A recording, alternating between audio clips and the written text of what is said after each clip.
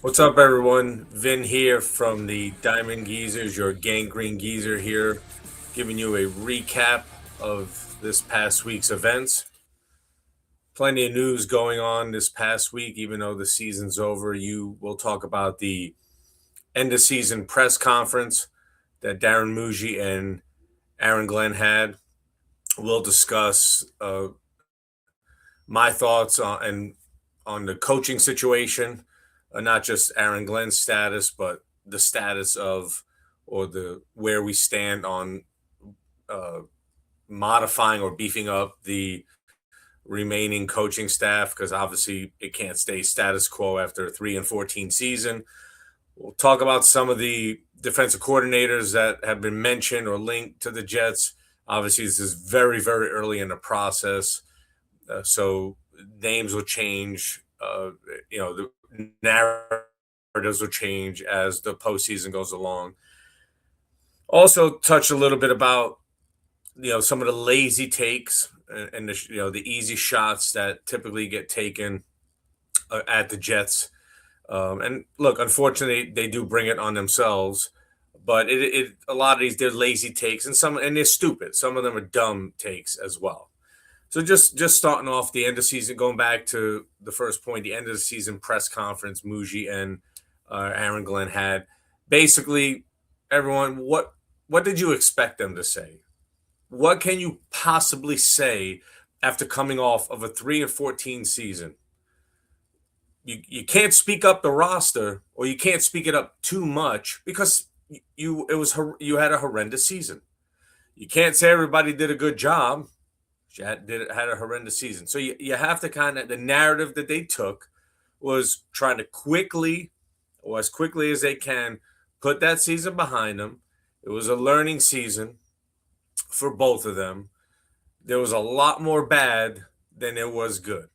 There was more good than some people are saying and some people have been talking about since the season ended and towards throughout the season. Everybody keeps trying to talk about who got better, what unit was better, what players are better. There's plenty of players who are, Brees Hall, for example, first 1,000-yard season. I don't even know if they're going to bring him back at this point. Man, I know how good of a back he is, but let's also, let's not get all wax nostalgic like this guy is, Derrick Henry or, someone of that ilk. He's a very good NFL running back, and I believe this would be his fifth year. They have Allen and Davis running backs. Even Mel Kiper said it. Gives Jeremiah Love a high grade, but philosophically just wouldn't take a running back in the first round. And you can argue, that take. I believe it's probably we could probably see it might be proven more often than not that you can find star running backs outside of the first round. And I think with so many draft picks that the Jets have and draft capital, and cap space, I'm not sure they're going to bring Brees Hall back. I thought they would. I thought they should. I'm getting just it's a gut feeling. Nothing I've seen or read that they might not be bringing him back. That they'll go with the two guys they have, and they'll either bring in a free agent or draft somebody in the draft, and just fill out the room that way. Especially if this is going to be a multi-year rebuild, because now that you're tearing it down to the studs, that's what we're all should be prepared for. They said that it should be quicker because of the capital and of the cap space, the draft capital and cap space that they have. Yes, if you hit on picks. That's why I don't know some of the takes I hear about trade attitude, keep getting more picks and more picks and more picks. The more picks you get, the percentages start to work against you that you're going to hit on these guys. You remember the Idzik 12 missed on all of them. I know, nobody really wants to hear that, but he missed on all of them. I know the Jets have drafted well lately, or pretty well lately over the last few years, especially with Joe Douglas. They've hit on some guys, but where they missed was that, of course, obvious. It's at the quarterback position, and no matter what they do, if they do not fix that position, either with a bridge quarterback in the short term and either draft the long-term guy this year, or the plan that everybody's talking about will be, okay, depending on who comes out, because Moore still hasn't declared, we'll draft that young guy next year, but maybe we'll sign a bridge guy for 2 to 3 years. If Moore does come out, I personally believe he should not see the field at all his first year. Sit behind whoever. The Jets maybe go the Giants route. Giants had Jameis Winston and Russell Wilson, and then they drafted Jackson Dart until Dart showed he was ready. Those guys were playing. And you can make an argument, well, yes, Dart showed and looked like they hit on their quarterback. With the concussions that he took through this season, how much damage potentially has he done to himself for the long haul? You don't want this guy being a flash in the pan for a few years. You want these guys to be 10-year plus cornerstones for your franchise. So the Jets, so a lot of people are saying, oh, his tune changed throughout the season. Oh, of course it did. If he came in and said, you know what, we're going to suck this year. This roster is just not where it needs to be to compete. And just stay with us, hang with us. If he says that at his introductory press conference, he might as well just quit the next day. He'll be crucified. He would have been crucified day in, day out by every fan, every media person. Any content creator who covered the Jets would have just continuously crucified him and Muji and Woody and whoever else is associated with the Jets for that kind of a take. You can't do that. I know it sucks and I know it's frustrating because, again, as I've stated in previous episodes, we've been dealing with this a whole hell of a lot longer than the current regime has been dealing with it. And quite frankly, even ownership, the current ownership. I've been dealing with this, for over 40 years. This ineptitude. So, and there's a lot of us out there, some not as long, some even longer, who've been dealing with this. And you got it. Look, it's just part of the game. Could he have said it better? Of course. There might have been a certain way he could have couched it where there wasn't so much bravado that he was coming out with. But you know what? Everybody also laughed at Dan Campbell with biting him on the kneecaps when he made that comment at his press conference.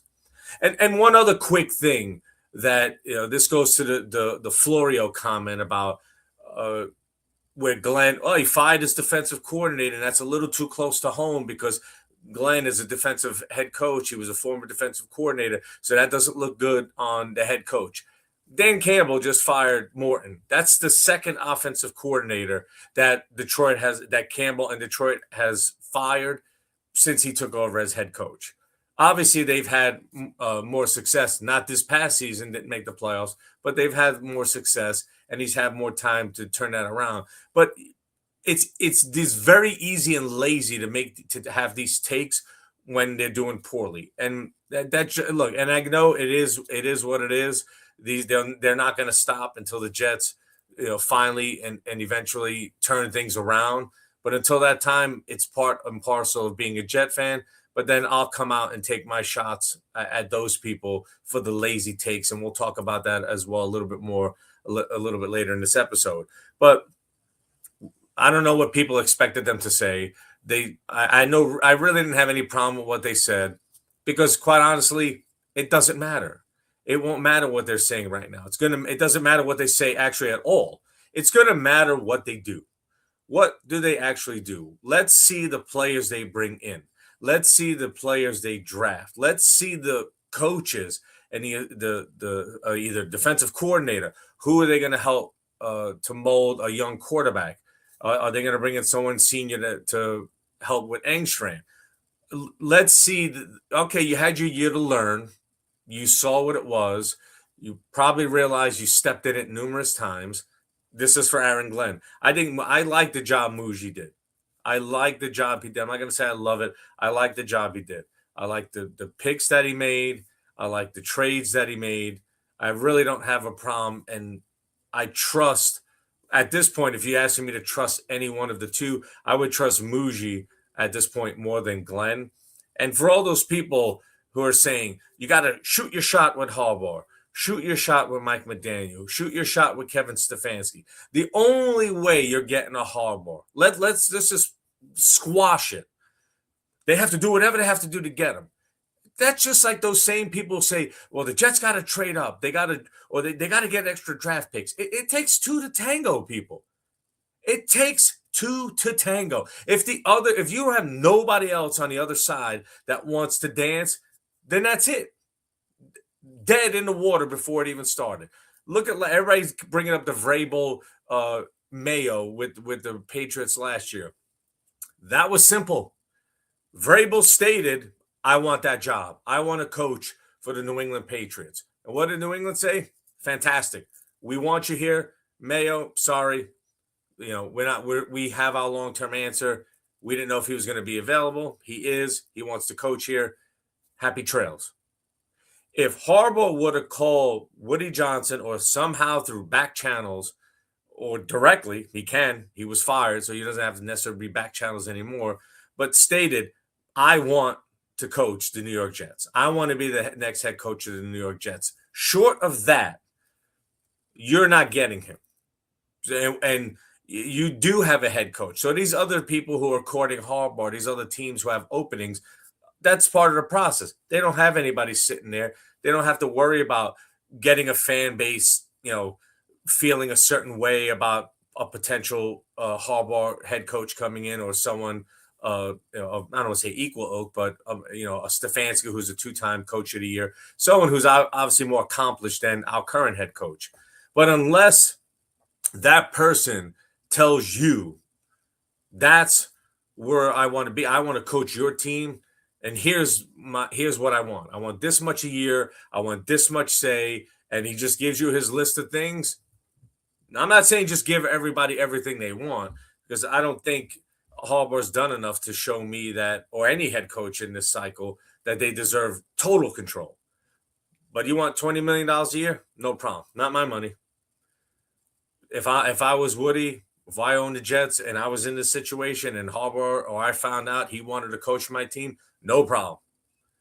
I would say, Aaron, loved you as a player. Think maybe you did have a good plan, but sorry, this might be a once in a lifetime chance for me as the owner to get an established coach that has a proven track record, is a Super Bowl champion, and I think could finally right the ship for my franchise. I give the guy a 10-year contract at $20 million a year, whatever. But I would give it to him. Short of that, you can't say do whatever you have to do, because if the other guy doesn't want to come here, that's it. There is nothing you can do. So you can't start burning your current bridge until you have the other one built to go somewhere. If there's nowhere else to go, because I hate people saying, "Oh, fire Glenn and just bring in anybody." Yes, because anybody could just do a better job. Because we know that for sure. Because he's the only coach. Yes, I understand it was an historically bad season, especially from a defensive standpoint. And I've talked about this ad nauseum. And the fans and the people who also cover the Jets, you wanted a tank, correct? You wanted a tank. You always bitch in the past that when it was supposed to tank, just like when it was tank for Trevor, and they got that late season win, and they fell to second and got Zach Wilson, you can't even lose right. That's what everybody says. This team can't even lose right. Well, guess what? If you want to say Aaron Glenn did one thing well, and the organization did one thing exceptionally well this past season, it sure as shit was tanking. Because they showed the point differential, even though they were 0-7, but the beginning of the season, the point differential was not near what it was for those last 5 games. It was the point differential of a team that was bad, but it wasn't the point differential of a team that, quite honestly, if that was a 17-game season with that level of a point differential, it would be by far, inarguably, the worst team ever assembled in any sport, if that would have happened. But that's what happens when you tank. You had a team that with everybody saying it was a much better roster than we thought. And then it should have won more games. Maybe but I've said this. They were projected to get 5 to 6 wins. That's all. That's all they were projected to get. So they would have overachieved if they got to 6 to 7 wins. And they could have gotten that. The Pittsburgh game, we've talked about this. Pittsburgh, Tampa, the Denver, there were definitely winnable games along the way that they could have gotten that would have gotten them to that total. And what would we be all saying if they had 6 wins or 7 wins? And they were kind of fluky wins, like their wins were. The Cleveland game with the two special teams returns for touchdowns. Cincinnati with a god awful defense. Those weren't wins that say, wow, this looks like a sustainable blueprint for the future. Nope. They were wins that, and again, people are sitting there saying, well, look what the Raiders didn't look that bad. The Raiders were trying. They were trying. They won the last game of the season against a moribund at this point Kansas City roster with who the hell knows who that third string quarterback was out there. And because they got that win, now they alternate top round picks throughout the rest of this draft. So now who has the first pick in the second round? The Jets do. The Raiders, if they would have lost that game against Kansas City, they would have had the first pick in every round for this draft. If those were the Jets who did that, where they had it all locked up, but they got a meaningless win to get to 3-14 at the end of a season, this fan base would have been rabid and gnawing at the fucking chains around Florham Park, trying to get into that facility to say, fuck are you guys doing? You had it all set up. You had it all lined up. You won a bullshit, meaningless game 9-6 at the end of the season and screwed everything up. That's what everybody would have been saying. So you can't look. It all comes from the position of we've been shit for so long. We just need something to bitch about. So we're going to continue to bitch about and nitpick on some of these things. Some things that they're saying are legit. Others are just simply bullshit, and you're just moving around, changing, the goalposts to fit whatever narrative you want to complain about. That's all that is. That's all that is. There's no way that you should have expected more from this team, especially once they started to trade away guys and injuries started coming, hitting the team, and they were playing these. Quite honestly, CFLers or if that, towards the end of the season, that's exactly you couldn't have expected anything better than what you got. I don't stop comparing it because the other teams like Cleveland and Tennessee and Oakland, they were Oakland, the Raiders, Las Vegas were trying to win those. They were not trying to tank. They were trying to win those games, evidenced by them winning games at the end of the season, which took the Jets at one point before that run. They were the 7th pick in the draft. They had the 7th or 8th, move up to 2nd. And now, because of that Raider win at the end of the season, they now alternate top picks in the 2nd, 4th, 6th round. So they'll have the top pick in each of those rounds if they already were right there. That's how it alternated. So now they have the first pick in the 2nd round. So they have 3 picks in the top 33 picks if they just keep the current picks they have. So hit the pause button on some of the bullshit that people are spewing out there. I understand we're all frustrated, but just come with it with a consistent perspective on these things and stop saying, well, they are the worst franchise ever run. I'd go back to school. I would tell my kid, this is for you, Stephen A. Smith, which I'm sure his hairline knew what was coming out of his mouth first because it's so far back there. The fact that he made that comment didn't take a shot at any other team but the Jets. Why? Because it's a lazy take. It is a lazy take to take your shots at the Jets. It wasn't accurate. To tell a kid to go back to school when he might be the number 2 overall pick, where financially that will change his life. I know he'll get NIL money, but we also know that NIL money is not going to be the same as what the number 2 pick in the draft will be. And here's another thing to talk about. Just because he goes back to school and plays another year and gets another year of seasoning, who knows what's going to happen in 2027? Did people catch him in the pecking order, other quarterbacks who are set to come out in that draft, which is said to be a better draft than this one, which this draft was set to be a good quarterback draft last year. If you listen to everybody last year, said this would be a good quarterback draft. Didn't work out that way. Now they're saying it for next year. So if Moore goes back, is he guaranteed to be the number 2 pick or number 1 pick next year? No, he's not. Other people can move up and surpass him. So how many millions of dollars might he be giving up by doing that? Also, if the goal is to avoid the Jets at all costs because they're an atrocity. Now, what happens if they're an atrocity again? Now, it won't be if they're an atrocity again in 2026. It won't be Muji or Glenn making that pick in the 2027 draft. It will be someone else, but they still do have 3 first-round picks in the 2027 draft. And if they're bad again, their own pick is going to be a very high pick, potentially even the number 1 pick. Now, while again, if it is the number 1 pick, it won't be, if it's their own pick, the number 1 pick, which means obviously that next season will be worse than what we just saw, or at least equally as bad record-wise. Muji and Glenn don't get year 3. They're out of here. There'll be someone new coming in to make that pick. And if you're the consensus overall number 1 pick, guess what? You're going number 1 to the Jets. Can't go back again.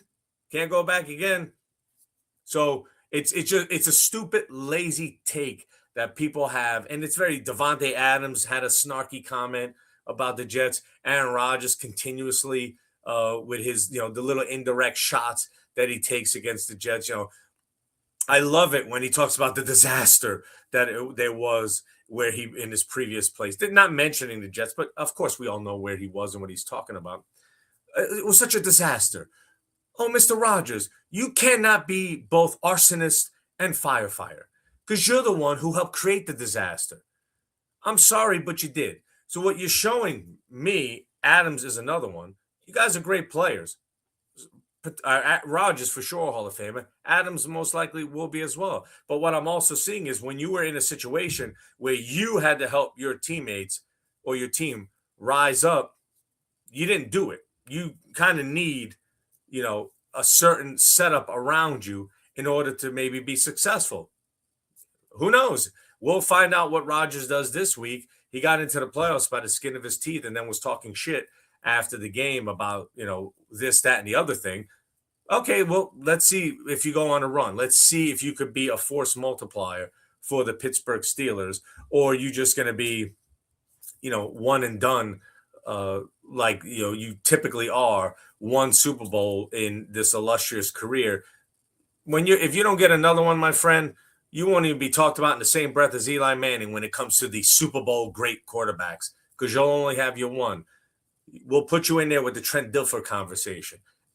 I know, everybody, don't go crazy. I understand Aaron Rodgers is a far superior quarterback to Trent Dilfer, but how many Super Bowls does Aaron Rodgers have? He has one. How many does Trent Dilfer have? He has one. So there it is. When they start listing Super Bowl winning quarterbacks, they don't list their record next to them as to what their career numbers were next to them. They simply say they list you at the top, which currently is Tom Brady, and then it goes all the way down to 5, 6, 5, 4, 3, and then there's a bunch of ones. And Aaron Rodgers right now, you're in the bunch of ones. Maybe you'll get your second one this year. We'll find out soon enough, but I know I'm rooting against it. So next thing I want to talk about, this will be really quick. The defensive coordinator position. They asked for Durante Jones, asked for permission to interview him from the Minnesota Vikings. Obviously, Minnesota, a very, very aggressive defensive style.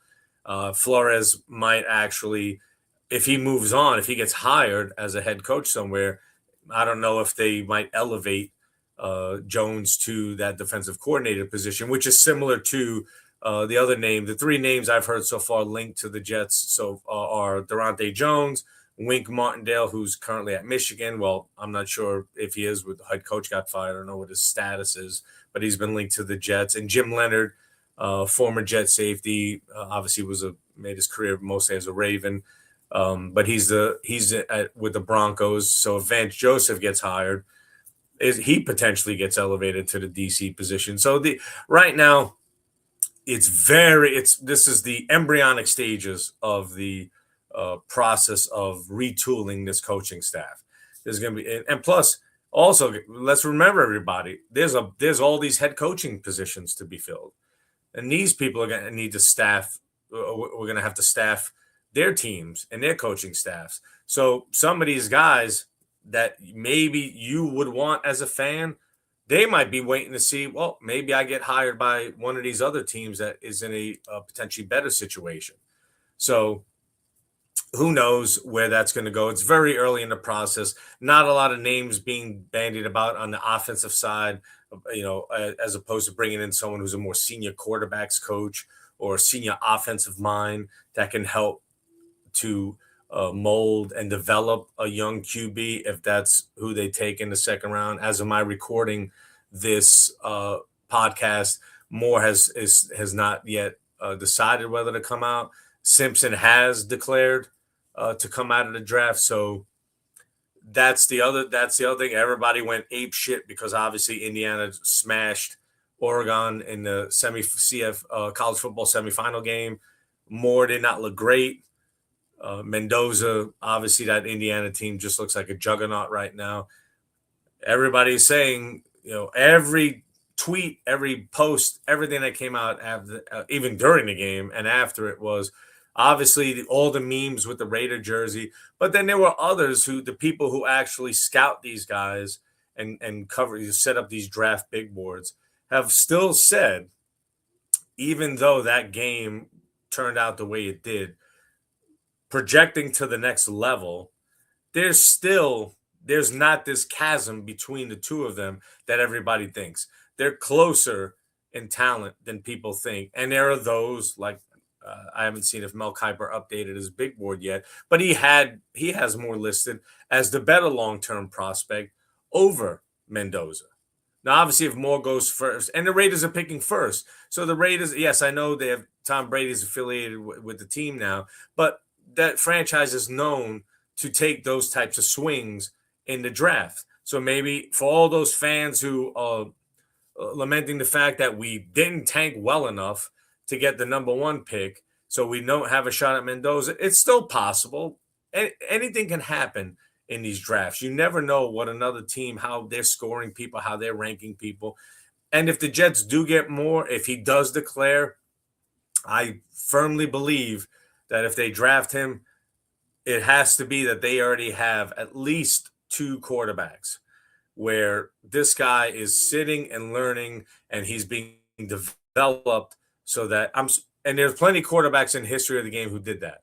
Every time you bring these guys in, and history has shown it, when they don't have a lot of college starts at quarterback, they tend to suffer when it comes to the pro game, especially if you're accelerating them into the starting role, either from the time right at the start of the season or very early in the season. If they earn it, then they earn it. That's different. Don't just set it up like with Zach Wilson, where it's pretty much set up where nobody was going to, win that job in spring. Although, as we all saw as Jet fans, every quarterback who played in that system, when he wasn't playing, either he was hurt or whatnot, excelled and did well in the system where he was just an absolute disaster. So I think that if Moore does come out, I think if he declares and he's there for the Jets to take, I think they're going to take him. The only way they don't take him is if their scouts, their evaluators have said, nope, he is not, we don't project him that high. We grade him, maybe we grade him 10th on the big board or wherever they put him. And now maybe they will trade down for somebody who has him there, and maybe they'll get a haul of picks. Again, I'm not advocating for this because the more picks you have, the more chance you have to miss and make mistakes on these picks. And just the percentages aren't with you to hit on. If you have 10, 15 picks, if you hit on 5, that'll be 5. If they're 5 really good players, that's a bad percentage. If you have 15 picks, that's only a 30 of picks that you just made that were successful. That's not a way to quickly turn around a franchise. You just simply, you just the process is just starting. So I'm going to wait to see what that process looks like when everybody shows up at the combine, or as some have called it, the underwear Olympics, where it always blew my mind that someone can change the way you think about them throwing in shorts in the t-shirt. You already have all the game film for everybody who's declared, anybody who's declared for the draft. You have all the game film. You have actual game footage to evaluate them by. But they can somehow change your mind because they made a fantastic, oh my God, throw in a t-shirt and shorts. Look, I'm not a scout. It's not what I do. But if it's me, I go by what they showed me on the field, not so much by what, there's been a lot. I mean, all Jet fans remember Golston. Vernon Golston was the workout warrior at the combine and was a horrendous player for the team and one of the countless horrible first-round picks that this franchise has had. So for everybody out there, just to kind of, recap this, the Jets, they said what they were going to say at the press conference. You shouldn't have expected any more than that because, quite frankly, there's nothing for them to say at this point. You have to show us with your actions how you're going to, and then eventually on the field that you turn things around. Things have turned around. Well, and then obviously we'll have our opinions when we see who they sign from a free agent standpoint, who they hire to, beef up the coaching staff, and ultimately who they draft. And I'll have my opinions along the way when that happens. The head coach question, unless Harbaugh has called or somehow gotten word to the Jets that I want that job, stop it. You can't just, all right, we're firing him and we're going to do a full court press on Harbaugh. And if he turns us down, now what? You go to Stefanski, you go to Mike McDaniel. Where are you going? Or are you going to wind up now with another first-year head coach that just replaced the first-year head coach that you hired and fired after a year, who replaced the first-year head coach that you had previously hired, and so on and so forth in this team's history, especially Woody Johnson's, under Woody Johnson's reign. Loves the first-year head coaches. And one thing I will say to you, Woody, if this doesn't work out, definition of insanity is doing the same thing over and over and getting the same results. Stop. If this doesn't work out, you stop with the first year trying to find that diamond in the rough because you're paying them well. It's not like you're paying them cheap, so it's not the money. Maybe you don't want someone who's going to push back on you and really want to, have a bigger say in how things are run. If that's what you're worried about, then you'll have to get past that if Glenn doesn't work out. Nobody's going to want to hear the first year, unproven coach again if Glenn doesn't work out. And I think they have 1 year, Glenn and Muji, especially Glenn, 1 year. They have one more year to show that, okay, now you jettison a bunch of the players who were here before. You started bringing in your players. You changed the coaching staff around, however that changes. Let's see what that looks like. He's got one. I think he's going to have at least 1 more year to do it. You got the coaching searches that's starting. That's again in embryonic stages.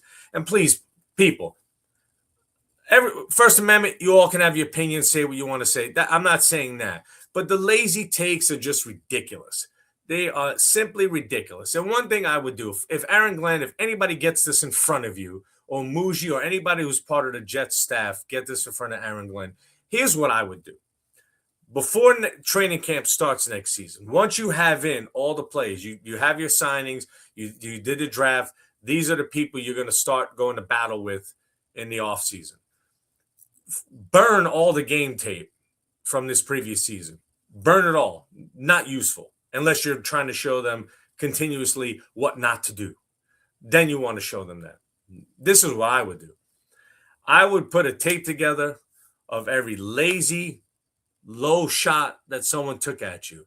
I would put a tape together of all the teams that you play that when they're laughing on their sideline during the game because the game has turned into a joke sometime before half or just after the half, or even if it's in the fourth quarter.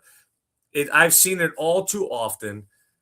Put a compilation together of that stuff. I know he alluded to it. He made some of a comment about remembering things, and it was something along those lines. But show them. This is what people think of this franchise. It's not of those players. Be careful not to say that, because those players didn't elicit those reactions.